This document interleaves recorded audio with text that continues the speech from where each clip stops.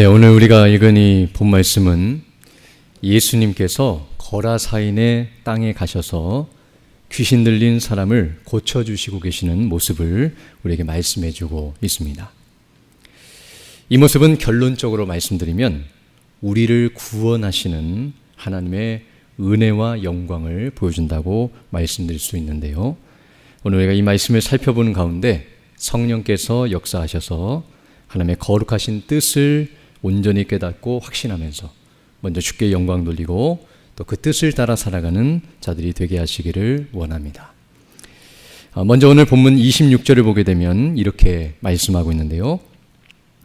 그들이 갈릴리 맞은편 거라사인의 땅에 이르렀다라고 말씀해주고 있습니다. 여기 말하는 이 그들은 앞에서 말했던 예수님과 제자들을 가리키는 표현인데요. 바로 예수님과 제자들이 갈릴리 맞은편에 있었던 거라사인의 땅에 도착했다고 우리에게 말씀해주고 있습니다. 그런데 이 일은 우리가 알아야 할 것은 우연히 일어난 일이 아니라 의도적으로 하나님의 거룩하신 뜻 가운데서 일어난 일이라는 것을 우리는 먼저 알아야 합니다. 오늘 우리는 오늘 26절부터 읽었지만 그 본문 앞절을 보게 되면 앞에 있는 사건과 오늘 본문이 이어진다는 것을 알게 되는데요. 우리가 지난 시간에 22절로 25절 말씀을 살펴봤는데요.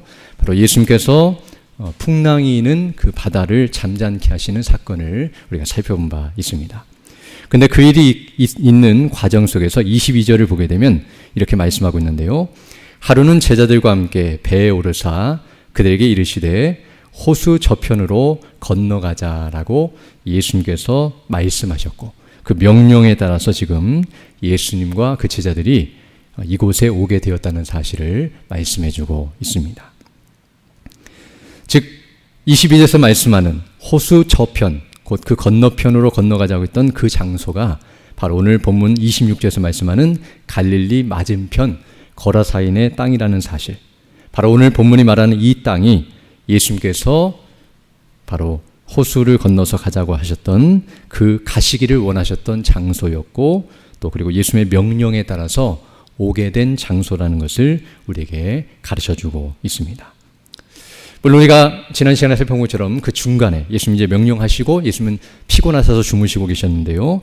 그때 갑자기 광풍이 일어나서 제자들이 죽을 위험에 처했으나 예수님께서 이제 일어나셔서 바람과 바다를 잔잔케 하시는 놀라운 역사를 보여주신 것을 우리가 살펴본 바 있습니다. 그것을 통해서 예수님께서는 바로 하나님의 아들 되심, 창조주시고 또 모든 만물을 명령하시면 그 명령대로 순종하는 존재라는 사실, 순종케 하시는 존재라는 사실을 분명하게 말씀하시므로 모든 것을 주관하시고 또 모든 것을 그 뜻대로 행하시는 분이시라는 사실을 알려주신 바 있습니다. 그리고 그러한 분이시기 때문에 오늘 이제 예수님께서 떠나자, 그곳으로 가자라고 명령하시고 중간에 풍랑이 있었다 할지라도 지금 도착한 이 장소는 풍랑에 의해서 변경된 장소가 아니라, 즉 풍랑이 일어가지고 배가 원래 가려고 했던 도착지가 아니라 그 바람에 휩쓸려가지고 어쩔 수 없이 우연히 도착한 동네가 아니라 바로 예수님께서 원래 의도하셨던, 가라고 명령하셨고 가기를 원하셨던 그 장소에 도착했다는 사실을 우리에게 가르쳐주고 있습니다. 즉 풍랑마저도 막지 못하고 풍랑마저도 잠잠케 하시면서 도착하기를 원하셨던 장소가 바로 오늘 본문에 말씀하는 이 거라사인의 땅이라고 말씀드릴 수 있습니다. 왜냐하면 그 어떤 것도 예수님이 가시려고 하는 길을 막을 수 없기 때문입니다. 앞에서 풍랑을 잔잔케 하신 것처럼 예수님께서는 이곳에 오시기를 원하셨다면 그 어떠한 방해와 공격이 있어도 분명히 이곳에 오실 것을 우리가 확신할 수 있기 때문입니다. 그렇다면 이제 예수님께서 이렇게 의도적으로 그리고 원하셔서 이곳에 오셨다면 그 원하신 뜻이 있으실 텐데요. 과연 예수님께서 이곳에 오신 이유가 무엇인가? 우리가 그것에 주목해 볼 필요가 있습니다.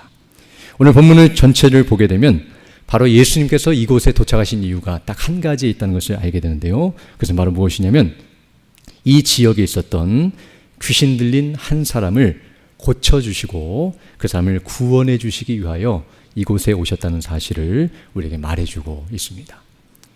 본문을 전체를 보게 되면, 그리고 앞뒤 문맥을 보게 되면 예수님께서 이곳에 오셔서 하신 일은 이거 하나밖에 없습니다. 그리고 이 일만 하고 돌아가시고 계십니다. 그래서 37절을 보게 되면 오늘 본문 뒷부분인데요. 이 일을 끝나자마자 이제 거라사인의 땅 근방 모든 백성이 크게 두려워하여 예수께 떠나시기를 구하더라. 예수께서 배에 올라 돌아가셨다라고 말씀하고 있습니다. 즉 사람들이 예수님께 이제 더 이상 우리 마을에 들어오지 마시고 돌아가달라고 부탁하자 예수님께서 더 하지 않으시고 아무 일도 하지 않으시고 그냥 배 타고 돌아가시는 모습. 한마디로 말해서 이 일만 하러 오셨고 이 일만 하고 돌아가시는 모습을 우리에게 말씀해 주고 있습니다. 그냥 이 말씀을 읽으면 어찌 보면 이 모습은 예수님께서 마치 사람들의 거절과 방해로 인해서 마지못해 돌아가시는 것처럼 보일 수 있지만, 즉 더 하실 일이 있었지만 그러지 못하고 이렇게 쫓겨가듯이 가시는 것처럼 보이지만 결코 그렇지 않습니다. 앞에서 말씀드린 것처럼, 서두에서 말씀드린 것처럼 예수님이 하실 일을 막을 존재는 이 세상에 그 어떤 것도 없습니다. 앞에서 살펴본 것처럼 풍랑도, 그리고 귀신도, 뒤에 가서 이제 살펴보겠지만 귀신도 예수님이 하시는 일을 막지 못하고 예수님이 하시는 명령에 순종할 수밖에 없는 존재라는 것을 말해주고 있고요.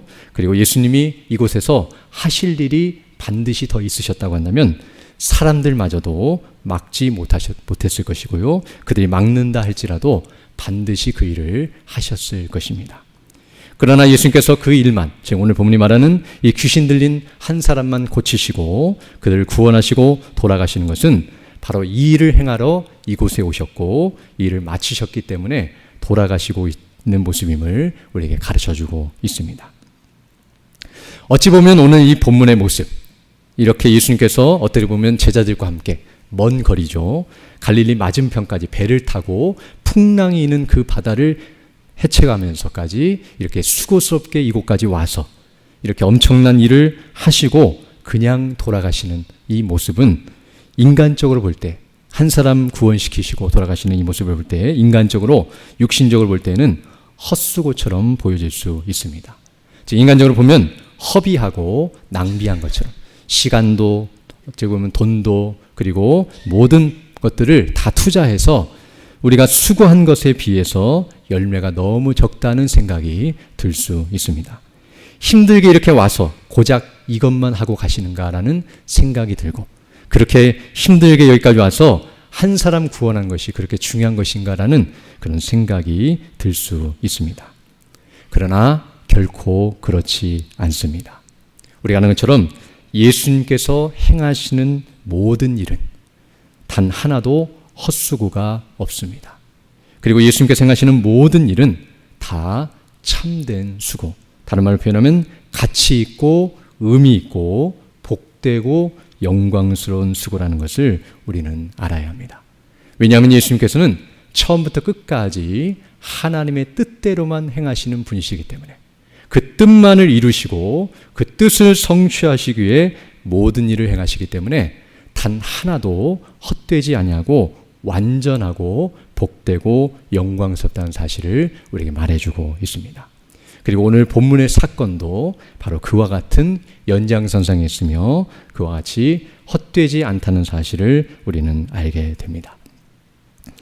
그리고 이제 오늘 본문에서 이렇게 귀신 들린 사람이 고침을 받고 있는 모습은 사실은 본질적으로, 궁극적으로 어떤 모습을 말하고 있냐면 바로 사람이 구원을 받는 모습을 보여준다고 말씀드릴 수 있습니다. 외적으로는 귀신이 쫓겨나가고 귀신 들린 사람이 고침을 받는 것처럼 보이지만 이제 뒤에 보게 되면 하나님께서 너에게 행하신 그 큰 일을 증거하라. 그리고 그 사람이 어떻게 구원받았는지를 사람들이 보고 놀라고 있는 모습을 보게 되는 것처럼 이 사람이 단순히 귀신만 쫓겨나가고, 다른 말로 표현하면 어떤 사람이 병이 들었다가 단순히 병만 고침받고 구원받지 못한 상태에 있는 것이 아니라 이것은 외적인 어떤 표적일 뿐이지 그 사람이 구원을 받았다는 것을 보여주시고 있는 모습이며 바로 이 사람이 구원을 받고 있는 모습이라는 것을 우리에게 가르쳐주고 있습니다. 그리고 이것을 통해서 바로 무엇을 알게 되냐면 이것을 위해서, 바로 구원, 한 사람이 구원받는 일, 더 정확히 표현하면 이 구원을 위해서 성삼위 하나님께서 모든 일을 행하셨다는 사실을 성경은 우리에게 가르쳐주고 있습니다. 즉 구원을 위해서 성부께서 계획하시고 작정하시고 성자 예수님께서 그를 위하여 이 땅에 오셔서 죽으시고 부활하시며 모든 일을 행하셨고 성령께서 그것을 우리에게 적용하시며 우리 안에 거하시며 끝까지 우리를 견인하시고 영화롭게 하시는 이 모든 구원에 있어서 성삼위 하나님께서 집중하시고 그 일의 모든 것을 다 쏟아부으시고 그 일을 다 행하셨다는 사실을 말해주고 있습니다. 그러므로 하나님께서 구원을 위해서 이렇게 모든 일을 행하셨다고 한다면 사람도 마찬가지인데요. 바로 이 일을 위해서 우리가 모든 일과 모든 수고를 해야 한다는 사실과 바로 이것을 위해서 행하는 것만이 가치 있고 영광스러운 것이라는 것을 우리에게 가르쳐 줍니다. 그러므로 예수님께서 바로 이 일을 행하러 이곳에 오셨고 바로 구원을 위해서 이곳에 오셨고 이곳에서 즉 거라사인의 지방에서 이러한 일 곧 구원이 일어나고 있다는 것은 정말로 놀랍고도 영광스러운 일이 아닐 수 없습니다. 그리고 이러한 일이 우리 모두에게도 일어나기를 원하며 우리에게 이미 일어난 줄로 믿습니다. 우리 모두 이러한 구원의 가치와 영광을 더 온전히 깨닫게 하시고 그리고 그것으로 인하여 기뻐하고 감사하게 하시며 또 그것을 위해서 일하는 자들이 되게 하시기를 원합니다. 그렇다면 이제 오늘 본문에서 우리가 한 가지 더 주목해 볼 것은 방금 말씀드린 것처럼 지금 예수님께서는 구원을 위하여서 이곳에 오셨고 바로 그 구원의 가치와 영광이 무엇인지를 나타내시고 증거하기 위해서 이 모든 일을 행하셨다고 말씀드렸는데요. 오늘 본문은 그것이 얼마나 놀랍고 영광스러운지를 더 분명하게 선명하게 가르쳐주고 있습니다. 특별히 오늘 본문 27절로 33절을 보게 되면 이 모습은 귀신 들린 사람이 구원을 받는 모습 또는 그 과정을 매우 구체적으로 가르쳐주고 있는데요. 바로 이것을 통해서 구원이라고 하는 것이 얼마나 영광스러운 것인지 그 가치가 얼마나 높고 귀한 것인지를 우리에게 선명하게 보여줍니다. 먼저 27절부터 보게 되면 이렇게 말씀하고 있습니다. 27절 보게 되면 예수께서 육지에 내리심에 그 도시 사람으로서 귀신 들린 자 하나가 예수를 만나니 그 사람은 오래 옷을 입지 아니하며 집에 거하지도 아니하고 무덤 사이에 거하는 자라라고 설명해주고 있습니다. 여기 27절에서는 바로 이 귀신 들린 사람, 이제 나중에 구원받게 되는 이 사람의 원래 상태, 지금 현재의 상태가 어떠한지를 우리에게 말씀해주고 있는데요. 그것은 무엇이냐면 정상적인 삶을 살지 못하고 비참한 상태에 있다는 것을 우리에게 말씀해주고 있습니다. 여기 27절 보게 되면 이 사람은 오랫동안 옷을 입지 않고 있었고 벌거벗고 있었고 또 집에 거하지도 않고 있었고 그리고 무덤 사이에 거하고 있었다라고 말하고 있습니다. 이 말은 이 사람이 옷이 있었는데 스스로 벗었는지 아니면 옷이 없어서 못 입고 있었는지는 알 수 없지만 옷뿐만 아니라 거처할 집도 없고 또 그와 함께 먹을 것도 변변치 않았다는 것을 알게 되며 이것은 그에게 있어서 정상적인 의식주 생활이 불가능했다는 것을 말해줄 뿐만 아니라 여기 무덤 사이에 거하고 있다는 것은 그가 시체를 좋아하거나 또 이런 죽은 자들을 좋아했다는 의미가 아니라 어떤 의미에서는 이 무덤 사이는 사람들이 거처하기 힘들고 싫어하는 장소요. 사람들이 오기 싫어하고 만나기 싫어하는 장소로서 사람들과 분리된 채 사람들부터 버림받은 채 홀로 살아가고 있는 비참한 모습을 말해주는데요. 오늘날 표현하면 인간관계가 다 끊어져서 사람들과의 관계가 다 어그러진 그런 비참한 모습, 즉 사람들로부터도 버림받고 또 모든 조건들도 다 의미가 없어진 그런 비참한 삶을 살고 있는 이 사람의 모습을 보여주고 있습니다. 그리고 이제 더 나아가서 28절로 29절을 보게 되면 이제 이 사람이 예수님께 나와 앞서 말한 것처럼 이제 풍랑을 거쳐서 예수님이 이 마을에 도착하셨는데요. 그러자 오늘 본문을 보게 되면 이 사람이 예수님께 나와 예수님께 부탁을 하고 있는 모습이 나타나고 있습니다. 그러나 우리가 여기서 알아야 할 것은 이 사람이 예수님께 나온 것은 스스로 나온 것이 아니고 또 다른 사람에 의해서 고침을 받기 위해 나온 것이 아니라 예수님께서 귀신에게 그 사람으로부터 나오라는 명령이 있었기 때문에 나온 것임을 알게 됩니다. 그래서 오늘 28절부터 보게 되면 예수를 보고 부르짖으며 그 앞에 엎드려, 즉 귀신 들린 사람이 하는 말인데요. 큰 소리로 불러 이르되 지극히 높으신 하나님의 아들 예수여, 당신이 나와 무슨 상관이 있나이까?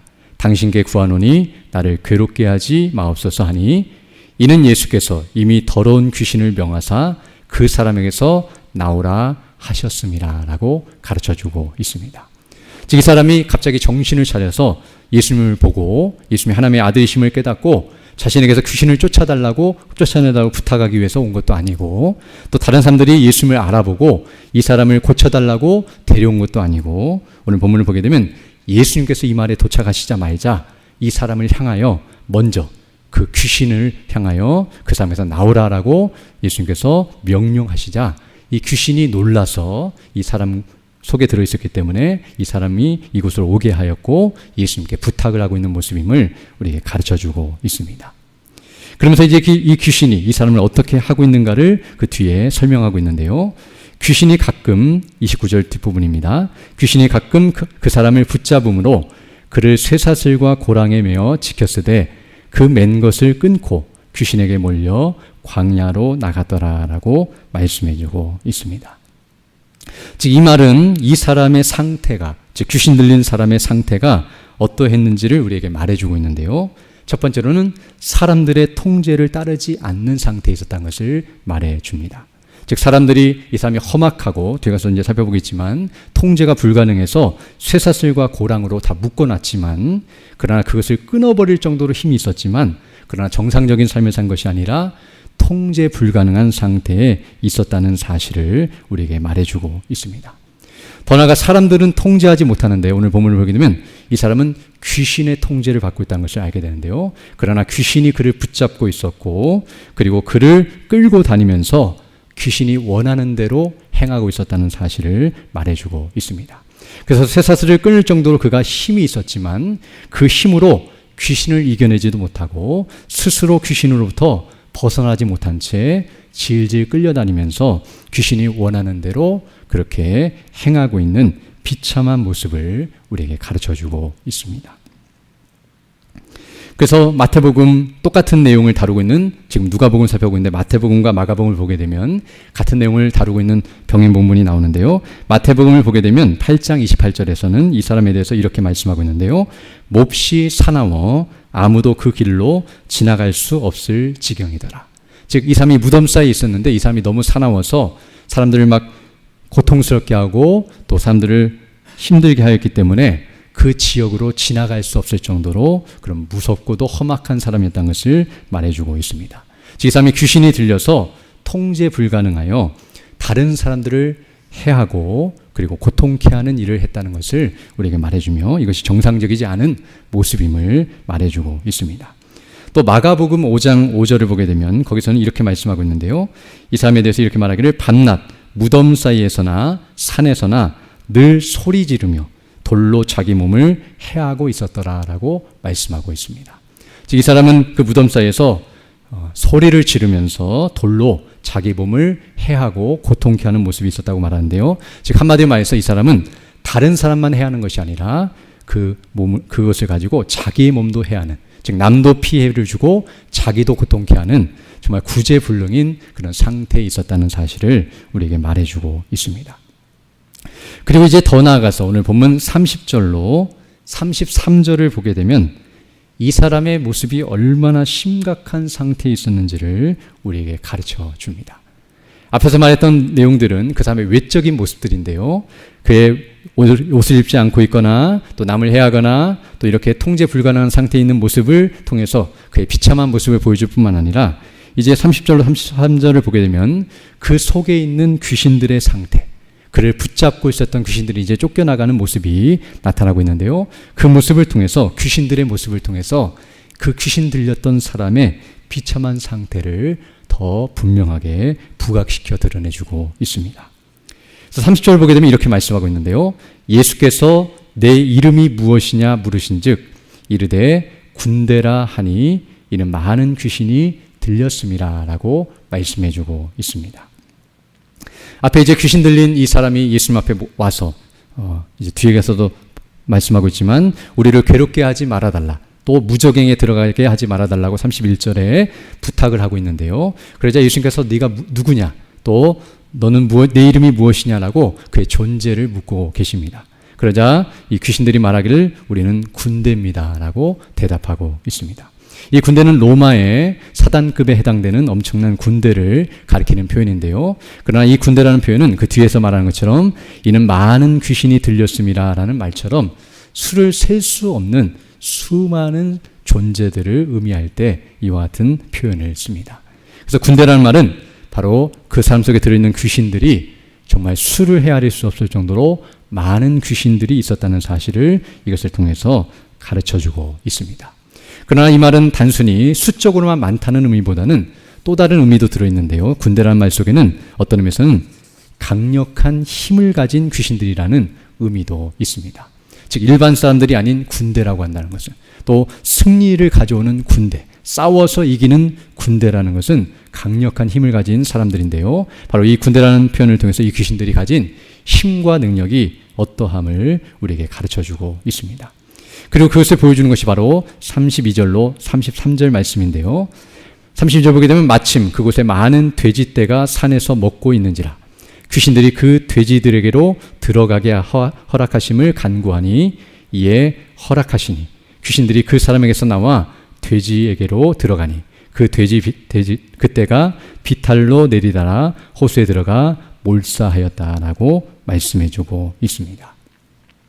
즉 이제 앞에 말한 것처럼 예수님께서 이미 명령하셔서 그 사람에게서 나오라고 명령하시자 이제 이 귀신들이 우리를 무적행으로 보내지 마시고, 무적행은 우리가 요한계시록 강의를 통해서 듣는 것처럼 사단과 그 졸개들인 귀신들과 악한 자들이 마지막 날에 심판을 받는 최종 심판 장소인데요. 아직은 예수님께서 그 일을 행하러 오신 것이 아니었음에도 불구하고 자신들이 그곳에 들어갈까 봐 두려워 떨면서 그곳에 들어가지 않기를 요청하고 있는데요. 그러면서 이들이 부탁하기를 지금 이 마을에서 떠나지 않도록 그 마을에 있던 돼지떼에게 들어가달라고 부탁하고 있고요.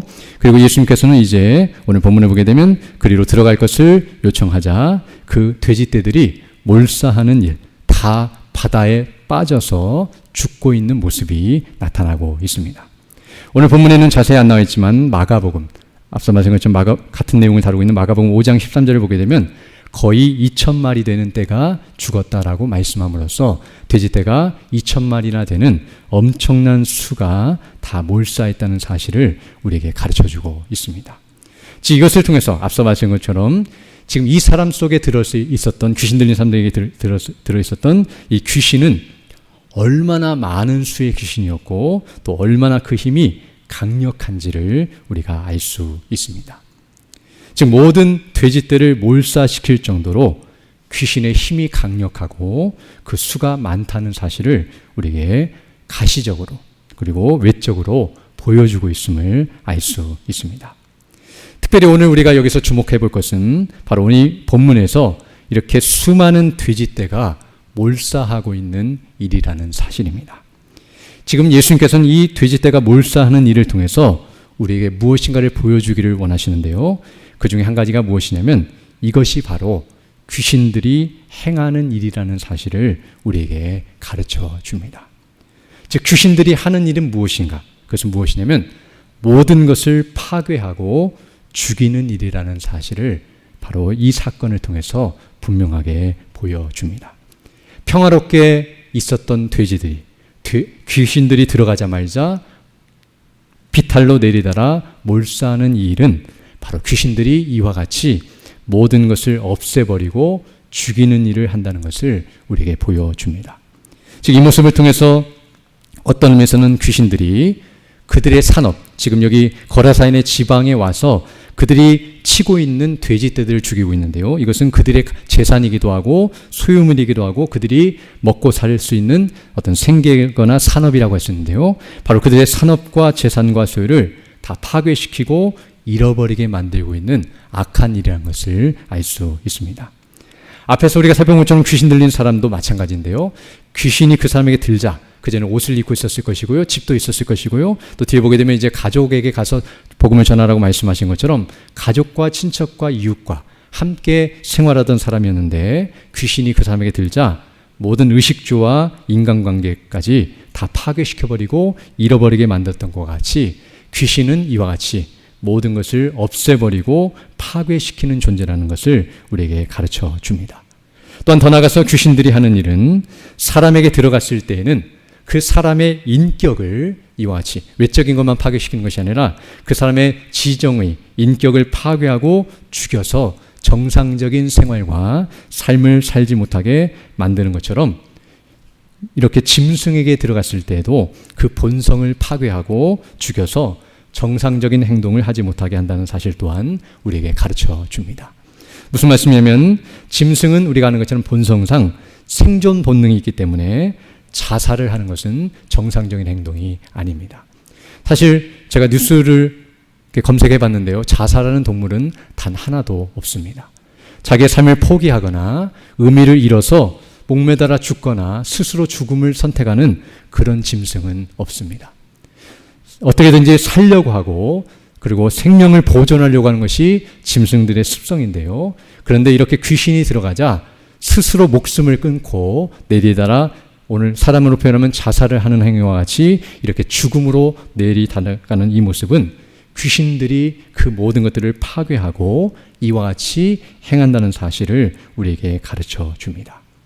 그리고 이 모습을 통해서 어떤 의미에서는 바로 귀신이 돼지에게 들어가서 이런 일을 행했다고 한다면 이 귀신들이 바로 돼지에게 들어가기 전에는 바로 이 귀신 들린 사람의 몸속에 들어가 있어서 이 사람을 괴롭히고 있었다는 것을 알게 되는데요. 이 사람 속에서 얼마나 그 사람을 괴롭혔을지를 알 수 있습니다. 이성 없는 짐승과 같이 아무 생각도 없는 짐승들에게 이런 귀신이 이런 일을 행했다고 한다면 바로 인격을 가진 사람의 몸속에 들어가서 그 사람을 작용하고 그 사람에게 작용하고 그를 괴롭힌 이 귀신들은 어떤 의미에서 이 귀신 들린 사람으로 하여금 죽음으로 내몰거나 즉 자살 충동을 일으키거나 또는 죽는 것보다도 더 못한 삶을 살게 만드는, 다른 말로 표현하면 죽지 못해 살게 만드는 비참한 인생으로 살게 만들고 있고 결국에는 죽음에 이르게 만드는, 즉 육체적인 죽음과 영적인 죽음과 영원한 죽음을 맞이하게 만드는 일을 행하고 있었다는 사실을 알 수 있습니다. 즉 이 사람 속에 들어가 있는 이 군대 귀신은 이 사람을 얼마나 괴롭혔을지, 사실 이 사람이 살아있는 것이 기적인데요. 어떤 의미에서 그로 하여금 죽게 만들려고 했을 것이고 몸을 상하게 하거나 사람들로부터 쓸모없는 삶이라고 여김받아 죽게 만들거나 또는 스스로 죽게 만들 수도 있었을 것이고요. 또 여러 가지 마음의 괴롭힘을 당하게 하고 또 이렇게 죽게 만들 수 있었겠지만 오히려 죽는 것보다 더 못한 삶을 살게 만들고 이렇게 살게 하고 있는 이런 모습을 보게 됩니다. 그리고 이 귀신 들린 사람의 이 모습, 그리고 그 귀신의 이 권세 아래 있는 모습은 어떤 의미에서는 궁극적으로 사단의 권세 아래 있는 비참한 인생, 바로 죄인된 우리 모두의 모습을 보여주며 그 결국을 보여주는 것이라고 말씀드릴 수 있습니다. 예수님을 믿지 아니하고 하나님을 알지 못하고 죄 가운데 있어서 사단의 종로를 타면서 죄의 종로를 타는 모든 인생들은 이와 같이 죽지 못해 살며 죽는 것보다 더 고통스럽게 살다가 결국에는 죽음, 멸망에 이르게 되는 것이 죄인의 실상이라는 것을 우리에게 가르쳐 줍니다.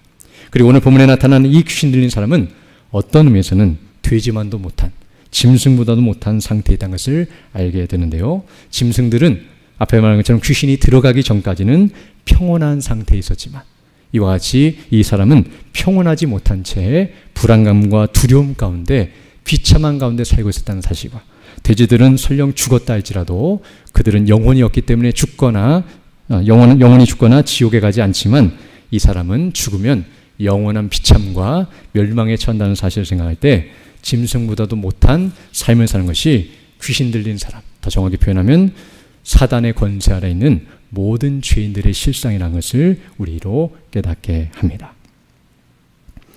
그리고 이제 이와 같이 이처럼 예수님께서는 귀신들로 하여금 돼지떼에 들어가게 하시고 그리고 그 돼지들이 몰사하는 모습을 보여주시고 있는데요. 이 모습은 바로 그 사람 속에 있는 귀신의 실체와 그 상태, 그 귀신들이 어떠한 일을 행하는지를 더 극명하게 드러내실 뿐만 아니라 그 귀신 들린 사람의 비참한 상태를 분명하게 보여주실 목적으로 일을 행하셨다는 것을 먼저 알 수 있습니다. 즉 귀신들이 우리를 살려달라고, 무정에 들어가게 하지 말고 돼지떼에 들어가게 해달라고 부탁을 하자 그들 불쌍히 여기며 요구를 들어주신 것이 아니라 이런 일이 아니면 귀신들이 하는 일이 무엇인지를 제대로 알 수 없기 때문에, 다른 복음서를 보게 되면 예수님께서 귀신을 쫓아낼 때마다 다 이런 일을 행하신 것이 아니라 어떤 때는 귀신이 발악을 하고 막 소리를 지르게 하고 거품을 물고 그렇게 고통스럽게 한 다음에 빠져나가는 경우들이 많이 있었는데요. 그런 모습만 보면 귀신이 강하거나 뭔가 나쁘게 한다는 것은 느끼지만 이 정도로 심각하거나 이 정도로 악한 존재라는 것을 느끼지 못할 수도 있는데요. 어떤 의미에서는 시청각자들처럼 예수님께서 그 귀신들의 실체를 이와 같이 말 못하는 짐승들과 또 이런 현상들을 통해서 분명하게 드러내시고 나타내시고 계시다는 사실을 우리가 먼저 깨닫게 됩니다. 그리고 이제 두 번째로 이와 함께 이렇게 수많은 돼지떼가 몰사한 사건은 앞에서 말씀한 것처럼 귀신의 권세와 능력이 어떠함을 보여줄 뿐만 아니라 동시에 바로 예수님의 권세와 능력이 어떠함을 보여주는 것이라고 말씀드릴 수 있습니다. 즉 이와 같이 강력한 힘과 권세를 가진 수많은 귀신들, 돼지떼를 한 번에 몰사시킬 수 있고 그리고 이렇게 귀신 들린 사람을 완전히 망가뜨려서 이렇게 불능의 사람으로 만들어버릴 정도로 강력한 힘을 발휘하는 귀신들이라 할지라도 예수님의 명령 앞에서는 아무짝에도 쓸모없고 아무것도 할 수 없는 존재라는 것을 분명하게 가르쳐 주시기 위해서 지금 예수님께서 이 일을 행하시고 있다는 것을 알게 됩니다. 먼저 그들의 능력을 보여주신 다음에 그들보다 더 능력이 강하신 예수님의 능력을 보여주고 계신 것입니다. 왜냐하면 앞에서 말한 것처럼 지금 이 귀신들이 왜 나왔냐면 원래 그 사람 속에 있고 싶었지만 예수님이 나오라고 명령하셨기 때문에 나온 것임을 앞에서 살펴봤는데요. 즉 나오라는 명령에 나올 수밖에 없는 귀신들이라는 것. 아무리 힘이 강해도 예수님의 명령 앞에서 불순종할 수 없고 그대로 따를 수밖에 없는 존재라는 것을 우리에게 가르쳐주고 있습니다. 또한 이들이 지금 돼지떼에게 들어갔는데요. 다른 말로 표현하면 예수님께서 돼지떼에 들어가라는 명령이 있어야만 들어갈 수 있는, 만약 그런 명령 없이 자기들끼리 들어갈 수 있었다면 뭐하러 예수님께 굳이 부탁하겠습니까? 그렇게 할 수밖에 없는, 즉 예수님이 나오라고 하면 나올 수밖에 없고 들어가라고 명령하셔야만 들어갈 수밖에 없는, 즉 예수님의 명령 앞에서 아무것도 할 수 없는 존재라는 것을 분명하게 보여주고 있습니다. 그리고 오늘 본문을 보게 되면 이 귀신들은 예수님이 누구신지를 정확히 알고 있는데요. 28절을 보게 되면 예수를 보고 부르짖으며 그 앞에 엎드려, 이것은 그 귀신 들린 사람이 부르짖고 있는 거지만 그 속에 있는 귀신이 부르짖고 있는 내용인데요. 큰 소리를 불러 이르되 지극히 높으신 하나님의 아들 예수여 라고 말씀하므로 예수님이 바로 하나님의 아들이라는 사실을 귀신들이 분명히 알고 있고 그것을 고백하고 있음을 우리에게 가르쳐주고 있습니다. 더 나아가 앞서 말한 것처럼 31절을 보게 되면 우리를 무저갱으로 들어가라 하지 마시기를 간구하고 있는 것처럼 바로 예수님은 하나님의 아들이실 뿐만 아니라 자신들을, 사단과 귀신들을 무저갱에 멸하실 수 있는 분이심을 또한 분명히 알고 있습니다. 그러면 이들은 그분 앞에서 아무것도 할 수 없는 존재, 즉 그분의 말을 또 그분이 행하시는 일을 막거나 이길 수 없는 존재라는 사실을 알았기 때문에 오늘 본문을 보게 되면 그들이 함부로 예수님의 명령을 어기거나 자신들 멋대로 행하고 있는 것이 아니라 그 명령에 따르고 있으면서도 부탁을 하고 있는 모습이 나타나고 있습니다. 이처럼 귀신들마저도 피조물이며 예수님 앞에서 아무것도 할 수 없는 그런 존재라는 사실을 오늘 본문은 분명하게 가르쳐주고 있습니다. 그리고 이 내용을 통해서 다시 한번 예수님은 모든 것을 주관하시고 통제하시며 물리치시고 멸하실 수 있는 창조주시고 심판자 되시는 하나님이시라는 사실을 오늘 본문은 우리에게 분명하게 가르쳐주고 있습니다. 그리고 이와 함께 오늘 본문은 단순히 예수님이 귀신을 쫓아내심으로 창조주와 심판자 되심만 보여주신 것이 아니라 귀신을 쫓아내심 진짜 목적은 바로 이 귀신 들린 사람을 고쳐주시기 위한 목적인데요. 바로 그 귀신 들린 사람으로부터 귀신을 몰아내시고 사단의 권세 아래, 귀신의 권세 아래 있는 그 사람을 온전케 하셔서 구원하시기 위해 귀신을 쫓아내신 이 모습을 통해서 예수님은 궁극적으로 사단의 권세 아래 있는 자들을 구원하시는 능력의 하나님, 즉 구원자 되시는 주님인 되심을 우리에게 보여주신 것이라고 말씀드릴 수 있습니다. 그리고 이와 같이 이제 세 번째로 예수님께서는 이렇게 이 사람을 구원하시되 수많은 돼지떼를 몰살시키게 하시는 이런 모습을 통해서 단순히 예수님의 능력, 즉 사단의 능력과 그것을 능가하는 예수님의 능력, 곧 구원하시는 능력만을 보여주시기 위한 것이 아니라 더 나아가서는 이 사람의 가치, 더 정확히 표현하면 이 한 사람의 영혼, 그 사람을 구원하시는 구원의 가치가 얼마나 높고 영화로운지를 보여주시는 것이라고 말씀드릴 수 있습니다. 즉 무엇이냐면 이 사람을 구원하기 위해서 지금 어떠한 희생이 이루어지고 있고 어떠한 대가가 치루어지고 있는지를 보여주심으로 구원이라고 하는 것이 얼마나 가치 있고 영광스러운지를 보여주고 있다는 것을 알게 됩니다. 즉 수많은 돼지떼들이 죽어나가는 이 죽는 이 모습을 통해서 예수님께서는 수많은 돼지가 죽는 것다 할지라도 이 한 사람이 구원받는 것이 더 중요하다는 사실, 그리고 이 사람이 구원받는 그 일을 위해서는 어떠한 희생도 감수해야 한다는 사실을 가르쳐주고 있습니다.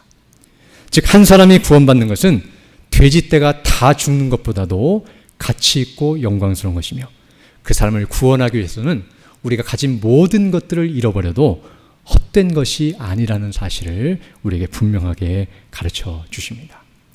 우리 아는 것처럼 사실 예수님께서는 이렇게 돼지떼를 죽이지 않고서도 얼마든지 귀신을 쫓아내실 수 있고 이 사람을 구원하실 수 있습니다. 앞에서 말씀드린 것처럼 사람에게서 귀신을 쫓아내실 때마다 이렇게 돼지떼를 죽이시거나 어떤 큰 역사를 일으키신 것이 아니라 그냥 쫓아내시면서 오히려 돼지떼를 죽이지 않을 수도 있습니다. 나중에 말씀드리겠지만 돼지떼를 죽인 이 사건 때문에 뒤에 가서 오해를 받고 사람들부터 거절을 당하고 또 예수님에 대해서 안 좋은 마음을 품게 만드는 그런 오해 빌미를 제공하기 때문에 도리어 귀신만 쫓아내고 아무 일도 없다면, 아니 귀신을 쫓아내고 더 좋은 일이 생기면 사람들이 예수님을 쌍수를 들고 환영할 것이기 때문에 오히려 이것이 손해를 보고 더 사람들로부터 좋지 못한 반응을 일으킬 것이기 때문에 이렇게 안 하는 것이 더 나아 보이지만 예수께서 일부러 이 일을 행하심으로 앞서 말한 것처럼 그런 모든 것들을 하나하나씩 보여주실 뿐만 아니라 궁극적으로는 이 사람의 가치와 존재, 이 사람을 구원하시는 하나님의 은혜와 영광이 얼마나 크고 놀라운지를 가시적으로 눈에 보이게 알려주시는 목적이란 것을 알 수 있습니다. 즉 수많은 돼지들의 목숨보다도 한 사람, 한 영혼의 생명이 얼마나 귀하고 복되고 가치 있고 영광스러운지를 우리에게 분명하게 보여주고 있습니다. 그것과 비교할 수 없을 정도로, 그 모든 것들과 가히 상대할 수 없을 정도로 귀하다는 사실을 우리에게 가르쳐주고 있습니다. 그러나 우리가 여기서 분명히 알아야 할 것은, 또 우리가 이미 알고 있는 사실이지만 이 사람이 구원을 받은 것은 돼지들의 희생으로 된 것이 아니라 바로 우리 주 예수 그리스도의 희생, 곧 그분의 죽으심과 부활로 말미암아 된 것임을 우리는 잘 알고 있습니다. 즉 돼지떼가 2,000마리가 죽었기 때문에 이 사람이 구원받은 것이 아니라 앞서 말한 것은 이건 상징적인 표적적인 사건이고요. 바로 이 사람이 진실로 구원을 받은 것은 바로 우리 주 예수 그리스도께서 죽으신 것, 바로 그 죄를 대신하여 십자가에 못 박혀 죽으시고 부활하심으로 그의 구주가 되신 이 놀라운 사건 때문에 된 것임을 우리는 항상 기억해야 합니다. 우리가 아는 것처럼 한 사람이 구원을 받기 위해서 이렇게 돼지떼의 희생도 크게 여긴다고 한다면 예수님의 죽으심은 얼마나 크고 얼마나 영광스럽고 얼마나 놀라운 일인지를 우리는 생각하지 않을 수 없습니다. 오늘 본문이 말씀하는 것처럼 예수님은 하나님의 아들이시며 창조주시고 심판자시고 구원자, 곧 그리스도 메시아이십니다. 그분은 지금 명령으로 그리고 돼지를 죽이시는 것과 같은 방식으로 우리를 구원하신 것이 아니라 그런 분이 친히 이 땅에 사람으로 오셔서 사람이 되셔서 우리의 죄를 담당하시고 우리를 위해 죽으시고 부활하심으로 우리를 구원해 주셨습니다. 바로 이것이 우리가 받은 구원의 가치와 영광입니다. 예수님이 누구시며 그분이 무슨 일을 행하셨는지를 우리가 분명히 알게 될 때에 우리가 받은 구원의 가치와 영광이 어떠한지를 온전히 알게 됩니다. 마치 저울에 우리의 구원을 놓고 이 구원을 위해서 예수님이 누구시며 그분이 행하신 일을 놓았을 때 바로 우리를 위해서 그 모든 일을 행하셨다는 것을 생각할 때에 우리의 구원의 가치와 영광은 더욱 빛난다는 사실을 깨닫게 됩니다. 그리고 마지막으로 한 가지 더 생각해 볼 것은 이런 우리의 구원은 우리가 구원받을 만한 가치와 영광이 없다는 사실을 깨닫게 될 때에 더 빛나게 됩니다. 즉 예수님이 얼마나 영광스러운지를 알 때에도 빛나지만 구원이 그런 구원을 받을 자격이 하나도 없는 우리의 모습을 볼 때에도 구원의 영광은 빛납니다. 우리가 오늘 본문에 보게 되면 34절로 37절을 보게 되면 시간이 없어서 다 읽지 못하지만 귀신 들린 사람을 보고서 귀신 들린 사람이 고침을 받은 모습을 보고서 동네 사람들이 와서 보이는 반응이 나타나고 있습니다. 서두에서 말씀한 것처럼 이 사람들은 예수님이 그 사람을 고쳐주시자 환영하면서 예수님을 영접한 것이 아니라 예수님이 떠나시기를 빨리 이 마을에서 떠나시기를 간구하고 있는데요. 그 이유는 무엇이냐면 바로 이 사람이 구원받은 것보다 돼지떼가 죽은 것을 더 중요하게 여기고 있었기 때문이었습니다. 즉 돼지떼가 죽은 것만큼 이 사람을 구원할 만한 가치가 있는가? 돼지떼를 죽일 만큼 이 사람이 구원받을 만한 가치가 있는가라는 그런 의문을 가지고 오히려 귀신 들려서 쓸모없고 해를 끼치는 이 사람보다도 돼지가 더 살아있는 것이 낫지 않은가? 차라리 이 사람이 죽고 돼지가 살아있는 것이 낫지 이 사람 살리기 위해서 돼지떼가 이렇게 희생되는 것은 낭비고 허비고 헛수고라고 여겨질 만한 모습이란 것을 알게 됩니다. 그래서 이들은 어떤 의미에서 예수님이 누구신지를 알아보지 못한 채 그분이 행하시는 구원의 은혜, 사실 이 구원은 이 한 사람을 위해서만 행하신 것이 아니라 이 마을 사람들도 바로 이런 존재라는 것을 깨닫고 이런 사람들 구원하러 오신 주님을 온전히 영접하면서 구원을 받으라고 그들이 받아야 할 구원이 이와 같은 희생을 감수하서라도 받아야 하는 구원이라는 것을 가르쳐 주시기 위한 목적이었다는 것을 알게 되는데요. 거기에 대한 무지함과 무능력함으로 오히려 예수님을 거절하고 그리고 헛된 것을 쫓고 있는 어리석은 모습을 우리에게 보여주고 있습니다.